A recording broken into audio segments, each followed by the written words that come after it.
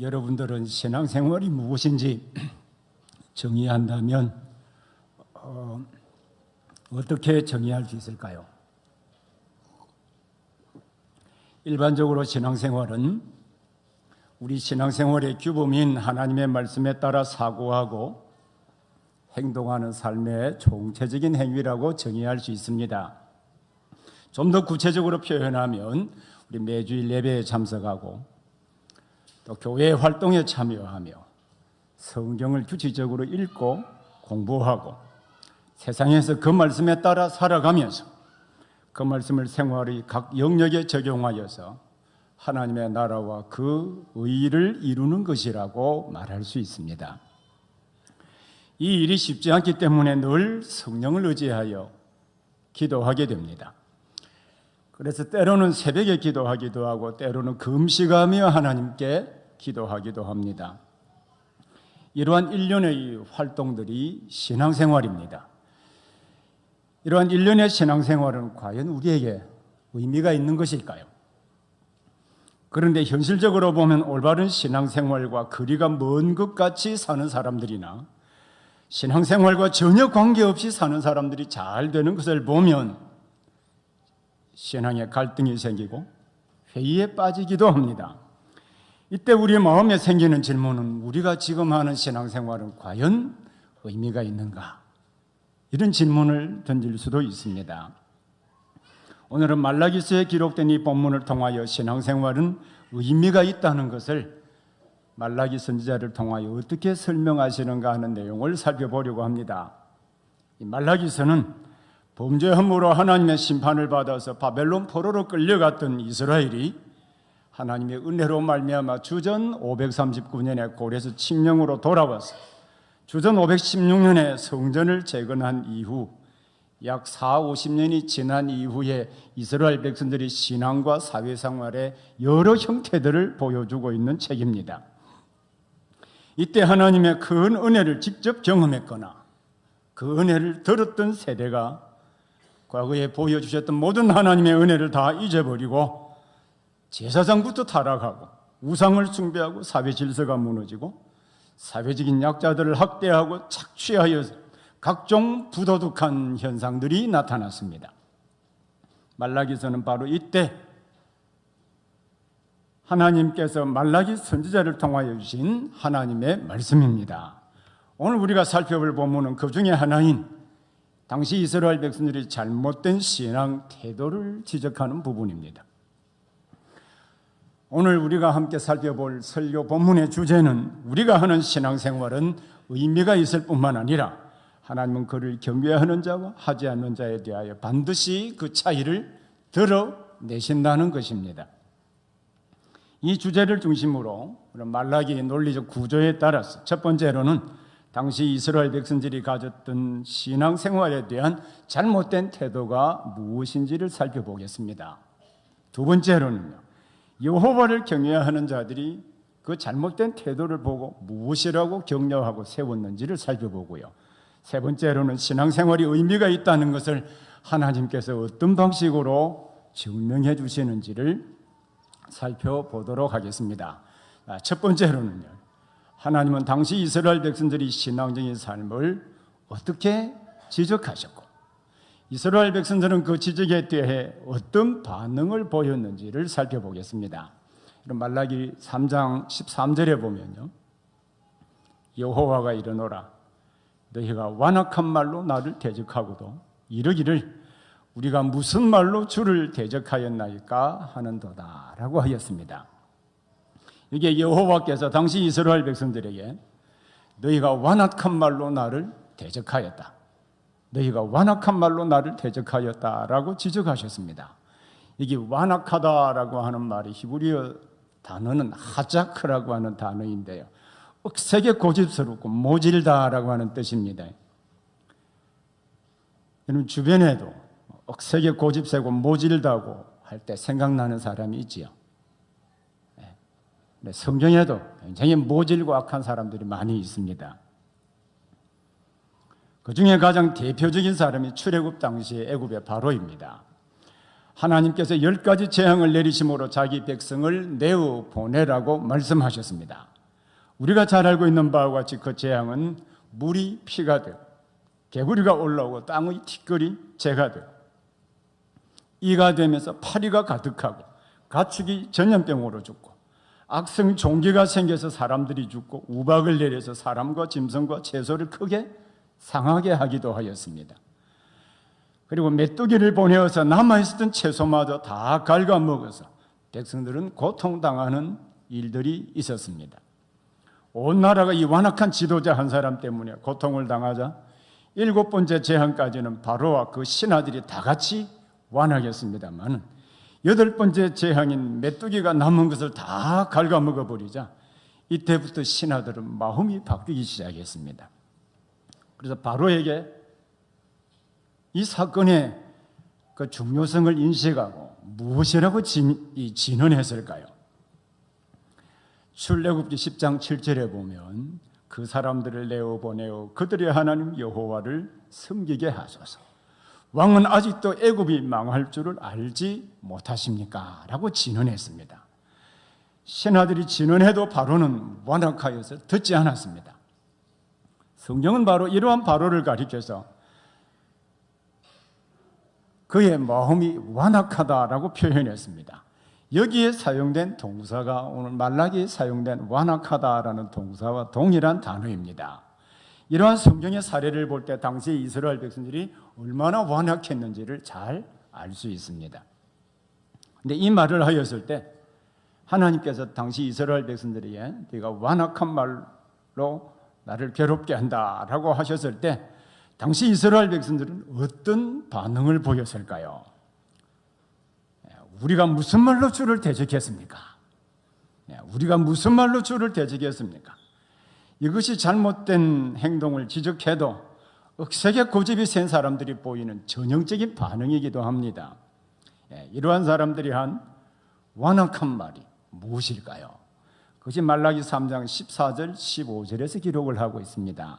14절 15절 말씀 우리 함께 읽겠습니다. 이는 너희가 말하기를 하나님을 섬기는 것이 어때니 만군의 여호와 앞에 그 명령을 지키며 슬프게 행하는 것이 무엇이 유익하리요? 지금 우리는 교만한 자가 복되다 하며 악을 행하는 자가 번성하며 하나님을 시험하는 자가 화를 면한다 하노라. 이들은 하나님을 섬기는 일이 헛되다라고 했습니다. 이 헛되다라고 하는 말은 의미가 없다, 공허하다는 뜻도 있습니다만은 그것은 속임수, 사기다라는 뜻도 있습니다. 이들은 과거에 하나님과 맺은 언약의 말씀을 지키지 아니하고 악을 행했기 때문에 바벨론 포로로 끌려가는 처참한 징계를 받은 바가 있습니다. 그러나 하나님께서는 이들을 사랑하셨기 때문에 다시 바벨론 포로 생활에서 가나안 땅으로 돌아와서 성전도 재건하게 하시고 하나님의 무한한 은혜와 기적을 체험하게도 하셨습니다. 하나님은 그들의 삶을 회복시켜 주셨던 것입니다. 그런데 시간이 지나면서 과거에 하나님께서 베풀어 주셨던 모든 은혜를 다 잊어버렸습니다.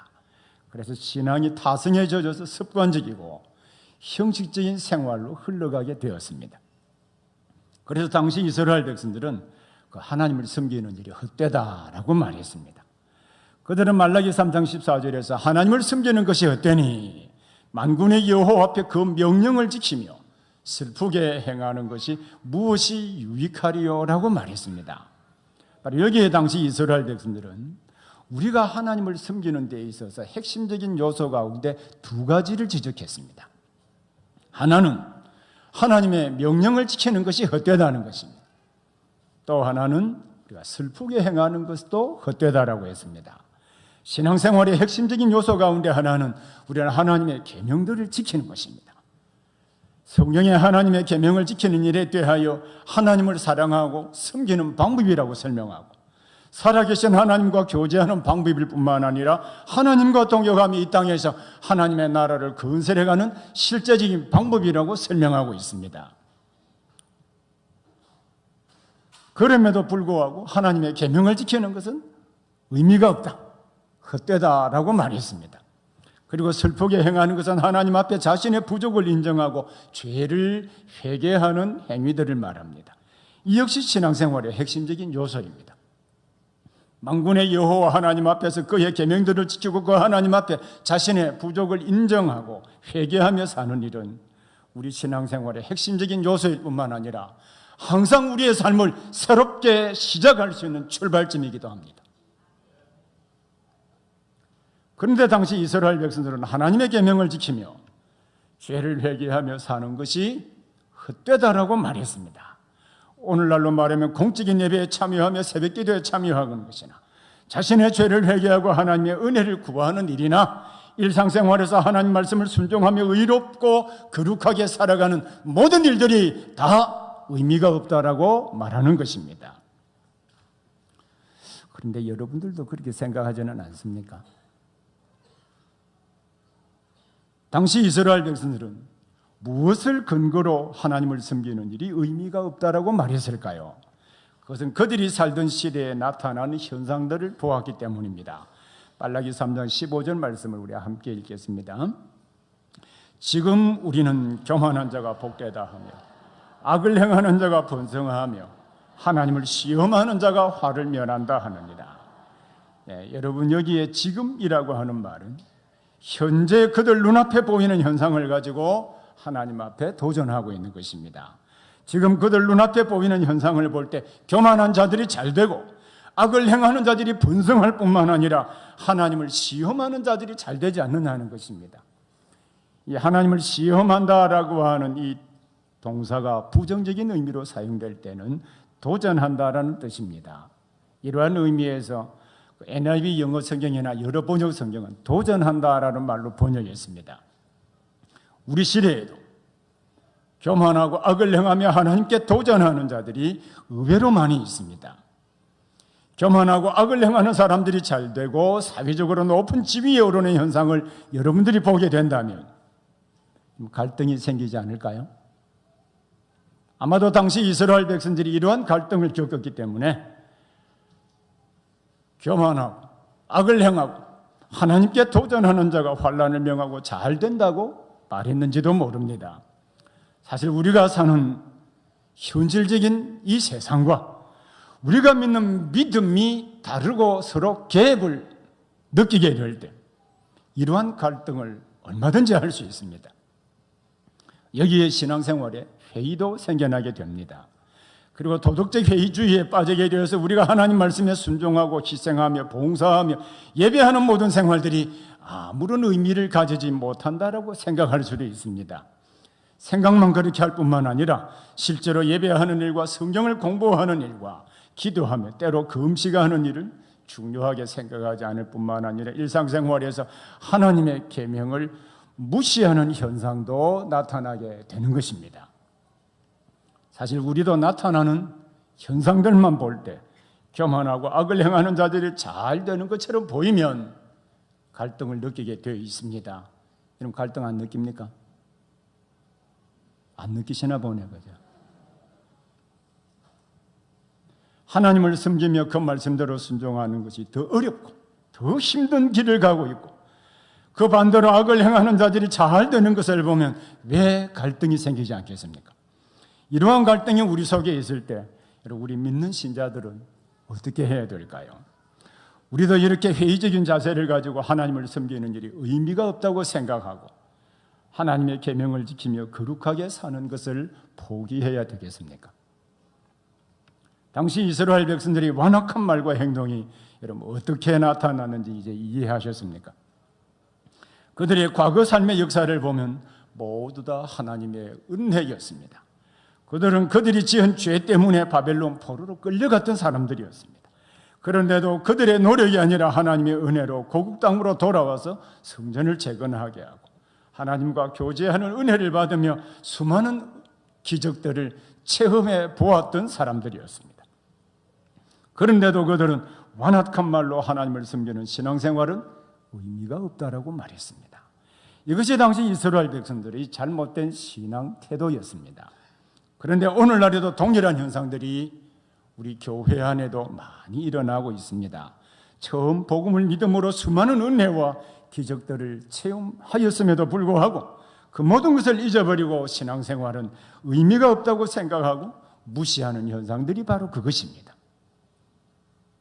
하지만 당시에 신앙생활에 회의가 빠진 사람들도 많이 있었습니다만 그 가운데서도 여호와를 경외하는 신실한 사람들도 있었습니다.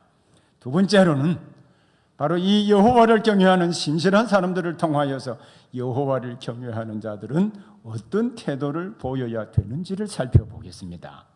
그럼 말라기 3장 16절을 함께 읽겠습니다. 말라기 3장 16절입니다. 그때에 여호와를 경외하는 자들이 피차에 말하며 여호와께서 그것을 분명히 들으시고 여호와를 경외하는 자와 그 이름을 존중히 생각하는 자를 위하여 여호와 앞에 있는 기념책에 기록하셨느니라.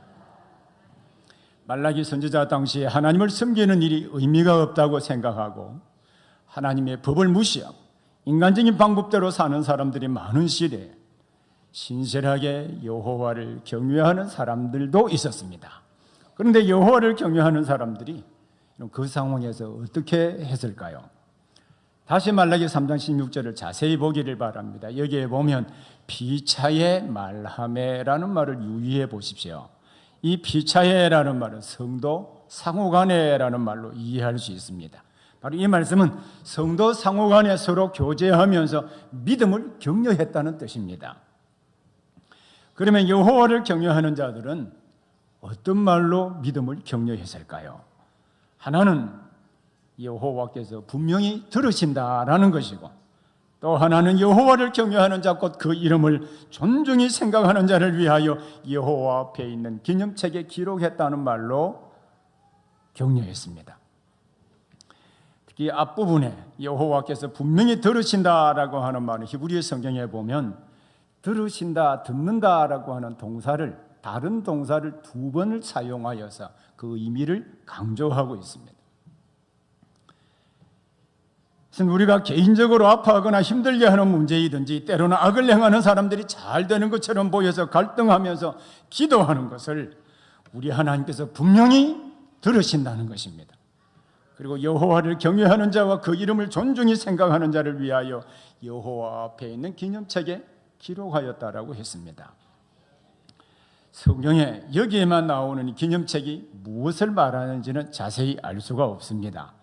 하지만 이 말씀의 핵심은 하나님은 여호와를 경외하는 일을 결코 잊지 않으신다는 것입니다.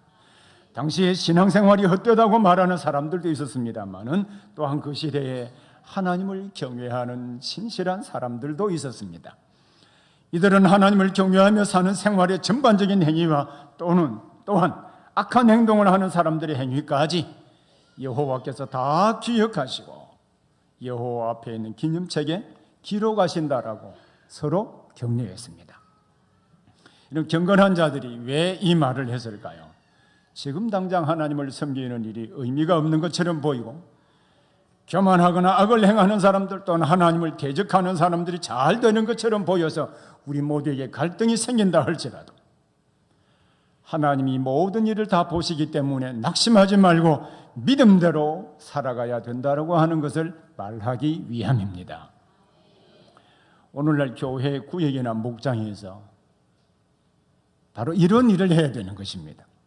목장에 참여하면 여러분 대개 어떤 문제를 나누며 기도해야 될까요? 목장에서 우리가 서로 기도 제목을 나누고 함께 기도하며 어떻게 응답해 주셨는지 나누는 일도 매우 중요한 요소임에는 틀림이 없습니다.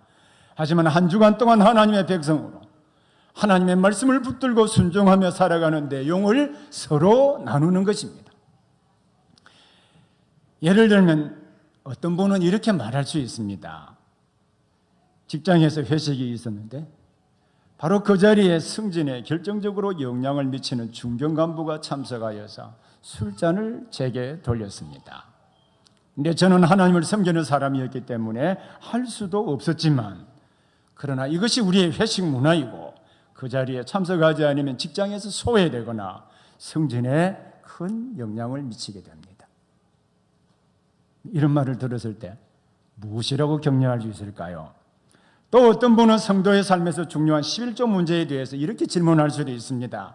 지금 내 삶이 힘들고 어렵고 고통스러운데 11조를 계속 해야 합니까?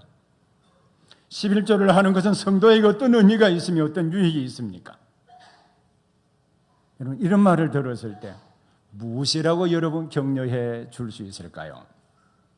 이때 목자나 신앙의 연륜을 가진 성도는 목장에서 말씀으로 답을 줄 수도 있고, 그가 말씀을 믿고 순종함으로 말미암아 체험했던 신앙적인 경험과 지혜를 함께 나누는 일도 할 수 있습니다.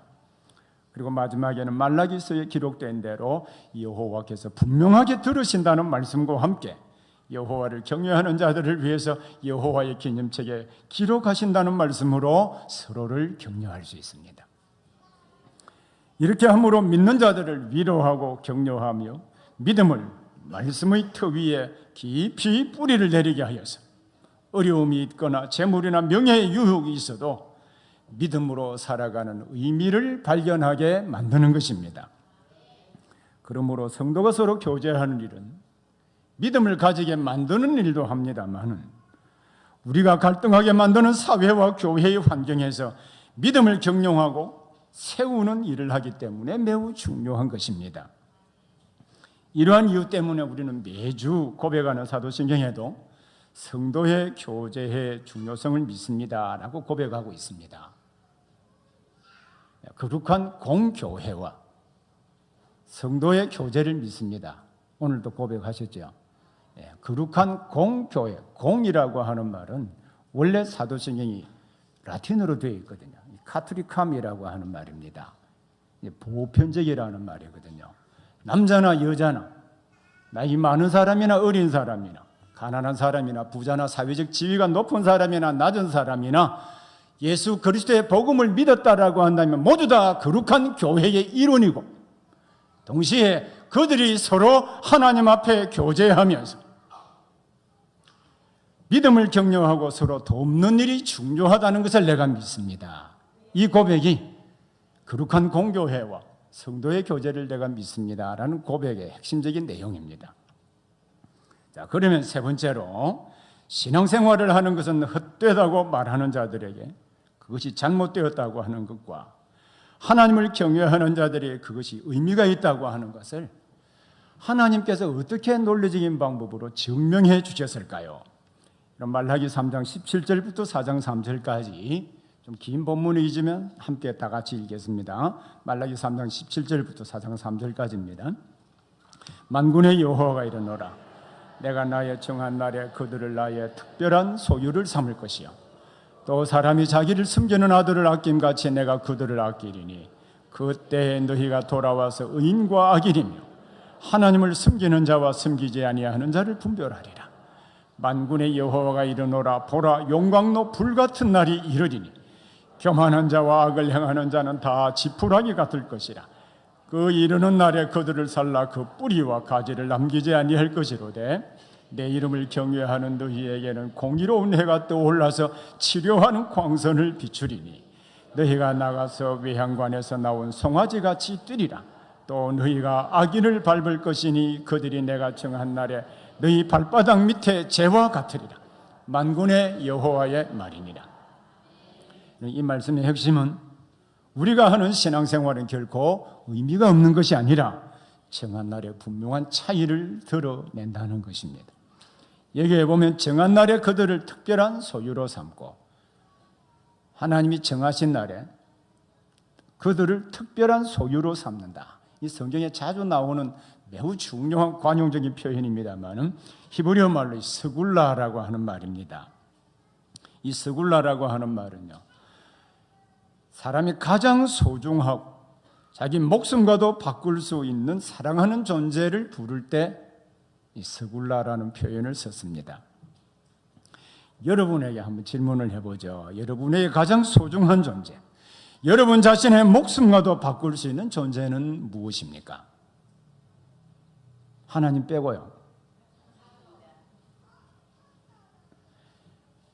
그 답은 사랑하는 아내도 될 수가 있고요, 사랑하는 남편도 될 수가 있고, 또 자녀들도 될 수가 있습니다. 또는 겉으로 말은 하지 않지만 돈입니다. 돈, 이렇게 말하는 사람도 있을 수 있습니다. 구약시대에 가장 소중하고 그들을 아끼며 목숨까지 버릴 정도로 귀하고 소중한 존재를 가리켜서 이 스굴라, 특별한 소유라는 표현을 사용했거든요. 이 특별한 소유라는 말과 동격으로 그 다음 사람이 자기를 섬기는 아들을 아낌같이 내가 그들을 아끼리. 여러분 자녀를 어떤 방식으로 아끼시나요? 하나님께서 이러한 표현을 사용하신 것은 하나님께서 그를 경외하는 자기 백성을 어떻게 생각하시는지를 잘 보여주고 있습니다. 하나님께서는 여호와를 경외하는 자들을 가장 아끼는 보물처럼 사람이 자기를 섬기는 아들을 아낌같이 아끼고 자신의 생명과도 바꿀 수 있는 존재로 소중하게 여기신다는 것입니다. 이 말씀대로 그리스도께서 이 세상에 오셔서 하나님 당신의 생명을 십자가에 내어주심으로 우리를 스굴라고 특별한 존재로 여기신다는 것을 증명해 주셨습니다. 그래서 여러분이 예수 그리스도의 복음을 믿고 그를 경외하고 있다면 이미 하나님의 특별한 존재로 자기 아들을 아낌같이 아낌을 받는 사람들이 되었습니다. 이것이 우리 모든 성도의 신분적인 특성입니다. 그리고 말라기 3장 18절에는 다시 이스라엘 백성들을 향하여서 말하고 있습니다. 18절 말씀도 함께 읽겠습니다. 시작. 그때 너희가 돌아와서 의인과 악인이며 하나님을 섬기는 자와 섬기지 아니하는 자를 분별하리라. 이게 분별한다라고 하는 말은 원문의 의미는 본다는 말이거든요. 하나님께서 언젠가 심판하시는 날에 의인과 악인이 어떻게 되는지 그것을 다 보고 알게 된다는 뜻입니다. 하나님이 정하신 심판날은 단순히 주님께서 재림하시는 날인 종말론적인 의미만 있는 것이 절대 아닙니다. 지금 이 세상에서도 오늘 임할 수도 있고 내일 임할 수도 있고요. 한 달 뒤에 임할 수도 있습니다만 이 세상에서도 심판하시는 현재적인 심판의 날도 포함을 하고 있습니다. 때로는 하나님을 섬기는 자와 섬기지 아니하는 자들의 차이가 금방 나타나지 아니하기 때문에 갈등할 때도 있습니다만 하나님은 지금 현재에도 때가 되면 그 차이가 반드시 있다는 것을 드러내실 것입니다. 그 차이 가운데 가장 명확한 차이점을 이런 말라기서 4장 1절부터 3절에서 밝히 설명해 주고 있습니다. 어떤 차이점이 있는지 보시죠. 만군의 여호와가 이르노라 보라 용광로 불같은 날이 이르리니. 용광로 보신 적이 있죠? 용광로 불같은 날이 이르리니 교만한 자와 악을 행하는 자는 다 지푸라기 같을 것이라. 지푸라기 다 아시죠? 불 붙으면 어떻게 될까요? 잘 탑니다. 그 이르는 날에 그들을 살라 그 뿌리와 가지를 남기지 아니할 것이로되 내 이름을 경외하는 너희에게는 공의로운 해가 떠올라서 치료하는 광선을 비추리니 너희가 나가서 외양간에서 나온 송아지같이 뛰리라. 또 너희가 악인을 밟을 것이니 그들이 내가 정한 날에 너희 발바닥 밑에 재와 같으리라. 만군의 여호와의 말이니라. 여러분 이 말씀을 볼 때 마지막 장면이 그 차이를 드러내시는 날이 선명하게 머릿속에 영화 장면을 보듯이 영상으로 싹 그려지시는가요? 그려져야 정상이 아닐까요?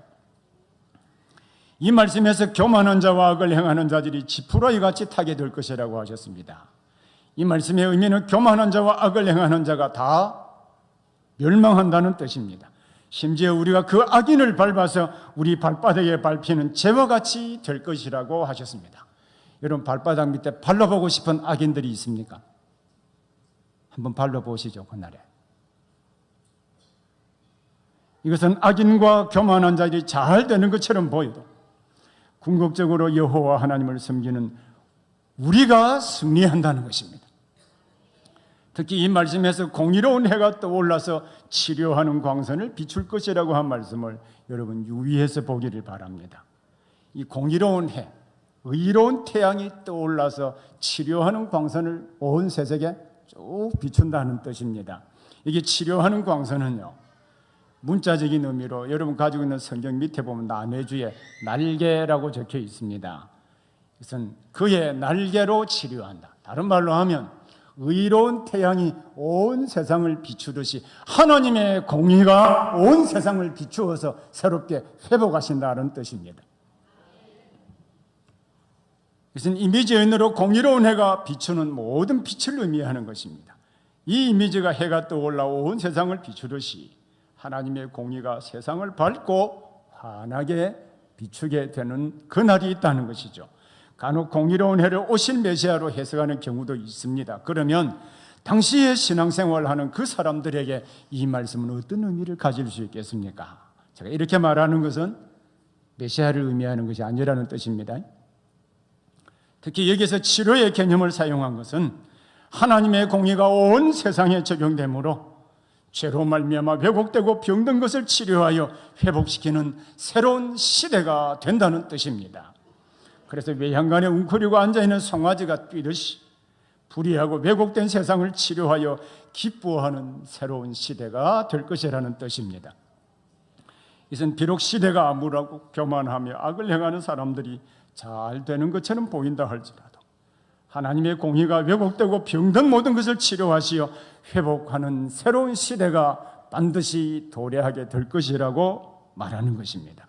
그리고 경건한 자들이 그들의 발바닥 밑에 재와 같이 모든 악한 자들을 밟게 될 것이라고 했습니다. 그것은 의인과 악인, 하나님을 섬기는 자와 섬기지 않는 자가 어떤 차이가 있는지를 분명하게 보여주시는 하나님의 말씀입니다. 이러한 날이 우리 모두에게 있다는 사실을 안다면 우리는 어떻게 살아야 될까요? 그것은 하나님이 살아계셔서 이 역사를 통치하신다는 사실을 믿고 무엇보다 먼저 우리 자신의 삶을 바꾸는 것입니다. 신앙생활은 헛된 것이 아니라 의미가 있다는 사실을 알고 예배 생활에 힘쓰고 성경을 자세히 공부하고 목장에서 성도들과 만나 교제하며 하나님의 계명을 지켜서 의로운 삶을 살기에 더욱더 힘을 써야 합니다. 그래서 우리가 사는 역사 현장에서 언약의 말씀을 적극적으로 전파하고 하나님의 말씀의 이상을 실현하여서 죄로 인하여 병들고 왜곡된 사람과 세상을 치료하고 회복해 가는 성도들이 되어야 합니다. 하나님께서 그리스도 안에서 우리를 구속하여 새 사람 되게 해주셨고 새 사람답게 살 수 있도록 모든 믿는 자들 가운데 성령 하나님을 보내주시기 때문에 능히 가능한 것입니다. 이 얼마나 영광스럽고 가치 있는 일입니까? 예수님이 세상에 계실 때 12명의 제자를 불러서 예수님이 하나님 되심과 예수님이 이루실 새로운 세상을 가르쳐 주셨습니다. 그리고 그 일을 어떻게 이루실 것인지 자세하게 제자들에게 설명해 주셨습니다. 그러나 그 중에 가룟 유다는 복음과 그 복음으로 회복될 새로운 세상의 가치를 알지 못했고 예수님을 은 30에 팔았습니다. 사랑하는 성도 여러분, 신앙생활을 하는 것이 가룟 유다의 은 30보다도 가치가 없는 것일까요? 우리가 신앙생활을 하는 일이 가룟 유다가 예수님의 제자로 사는 일의 가치를 은 30보다 못하게 여긴 것처럼 그 정도의 가치도 없다면 우리는 예배에 참석할 이유가 없습니다. 성경을 자세히 공부할 이유도 없습니다. 그 말씀대로 살기 위하여 갈등하며 애쓸 필요도 없습니다. 그럼 세상에서 돈 벌기 정말 힘들죠. 피땀 흘려 어렵게 번 돈으로 하나님의 나라와 이웃과 사회를 위해서 헌금할 이유조차 없습니다. 말라기 당시 일부 언약 백성들은 하나님을 섬기는 일이 헛되다라고 말했습니다. 오늘날에도 현재 나타나는 현상만 보고 신앙생활을 하는 것이 의미가 없다고 말하기도 하고 심지어 어떤 사람들은 신앙생활하는 것은 사기라고 말하는 사람들도 있습니다. 정말로 그럴까요? 정말 아무런 차이가 없는 것일까요? 하나님께서는 멀지 않은 장래에 신앙생활을 제대로 하는 자와 형식적으로 하는 자, 믿는 자와 믿지 않는 자, 하나님을 경외하는 자와 경외하지 않는 자들이 차이를 반드시 드러내 주실 것입니다. 심지어 악하고 교만한 자들을 발바닥 밑에 재를 밟듯이 그들을 밟을 날도 있을 것입니다. 그리고 죄로 인하여 병들고 왜곡된 사람과 세상을 치료하고 회복하는 새로운 시대도 반드시 오게 될 것입니다. 이것이 우리가 신앙생활을 하는 이유 가운데 하나이기도 합니다. 우리가 신앙생활을 하는 이유 가운데 하나는 주님과 함께 동역하면서 새로운 세상을 만드는 일에도 참여하는 것입니다. 그러므로 사랑하는 믿음의 가족 여러분, 경건한 자나 불경건한 자들의 차이들이 지금 현재 나타나지 않는다고 하여서 우리가 하는 신앙생활이 의미가 없다고 생각하지 않기를 바랍니다. 하나님께서 경건한 자들이 여호와께서 분명히 들으신다라고 그렇게 믿었던 것처럼 우리의 기도를 들으시고 그 분명한 차이를 보여주실 날이 있기 때문입니다. 우리의 신앙생활이 때로는 단순하고 반복적인 행동처럼 보일 때도 있습니다만은 바로 그 일을 통하여서 하나님과 교제하며 신비한 은혜를 경험할 수 있습니다. 그리고 그 은혜를 힘입어서 우리가 사는 역사 현장에서 죄로 말미암아 병들고 왜곡된 사람과 세상을 치료하여 새로운 세상을 만들어가는 신실한 주님의 제자로 살아가게 되는 것입니다. 여러분들이 신앙생활을 하는 동안에 신앙생활은 과연 과거 믿음의 선배들이 그리했던 것처럼 하나님의 말씀대로 의미가 있구나라고 감사하는 날이 속히 여러분에게 있기를 바랍니다.